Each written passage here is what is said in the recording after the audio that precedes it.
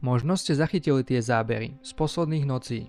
Noc sa na Ukrajine v sekunde zmenila na deň. Ale nebol to východ slnka. Nad Krivým rohom, rodiskom prezidenta Zelenského, sa objavili záblesky a úkazy, ktoré miestni na sociálnych sieťach okamžite krstili ako jadrový hríb. Samozrejme, jadrová zbraň to nebola, ale ten psychologický efekt, ten bol obrovský. Kým oficiálne správy hovoria o úspešnom odrazení útokov, realita v uliciach Odesy či Záporožia vyzerá úplne inak. Ľudia tam blokujú cesty, nie kvôli politike, ale preto, že sú už týždeň bez vody a tepla. Poďme sa dnes spoločne pozrieť na to, čo sa v skutočnosti deje na fronte. A prečo začínajú mať ukrajinské mestá neriešiteľný problém? Ruská armáda zjavne zmenila stratégiu. Už to nie sú len náhodné zásahy, ale cieľená chirurgická práca na energetike. Krivý roh, Čerkasy, Voznesensk. To sú mestá, ktoré sa ocitli v tme. V Čerkasoch horela rozvodňa tak, že ju bolo vidieť z kilometrov. A pozrime sa na Odesu. Tam je vyhlásený núdzový stav. Keď vám nejde elektrina hodinu, zanadávate si. Keď vám nejde týždeň a k tomu sa pridá odstávka vody a kúrenia v tomto počasí, začína ísť do tuhého. Miestni už stratili trpezlivosť a vyšli do ulic.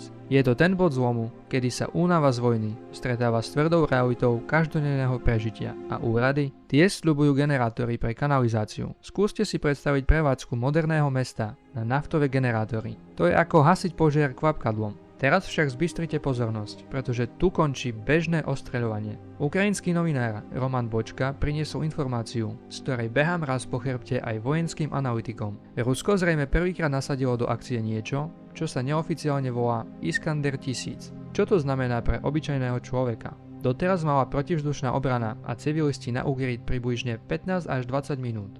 Pri tejto novej verzii, ktorá letí pod úhlom 90 stupňov a dopadá priamym strmhlavým pádom, sa ten čas skracuje na 2 až 7 minút. Rozumiete? To nie je čas ani na to, aby ste si obuli topánky a zobrali doklady. Nie to ešte dobehli do krytu. Ak sa potvrdí, že táto raketa s doletom nad 1000 km je v bežnej prevádzke, mapa bežných zón na Ukrajine sa definitívne prepisuje.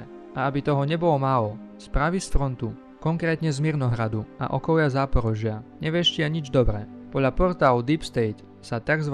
Sivá zóna, teda územie nikoho, kde sa už bojuje, nebezpečne rozširuje. Rusi sa tlačia k centru mesta Huliapol a dedinám ako Lukjanovskoje. Viete, čo je na tom najhoršie?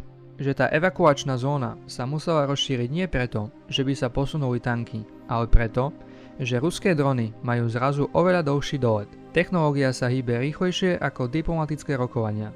A kým sa v televízii debatuje o veľkej geopolitike, v dedinách pri Záporoží balia ľudia posledné kufre, lebo včerajšie bezpečné zázemie je dnešnou cieľovou čiarou. Dostávame sa do fázy, kde už nerozhodujú len počty vojakov, ale technológia a chladná kalkulácia so základnými ľudskými potrebami. Keď nejde prúd, nejde voda. Keď nejde voda, mesto prestáva dýchať. Otázka, ktorú si dnes musíme položiť, nie je len to, kto vyhráva na mape, ale koľko takéto mestské celky ešte dokážu vydržať pod takýmto tlakom. Čo si o to myslíte vy? Je táto nová raketová taktika skutočne bodom, kedy sa menia pravidlá hry? Alebo je to len ďalšia fáza stupňovania napätia? Napíšte mi váš názor dolu do komentárov, rád si ich prečítam. A ak chcete zostať v obraze a vidieť veci v súvislostiach, nezabudnite dať odber a kliknite na zvonček. Budeme v tom pokračovať aj na budúce. Ďakujem za vašu pozornosť. Toto bol Politický priestor.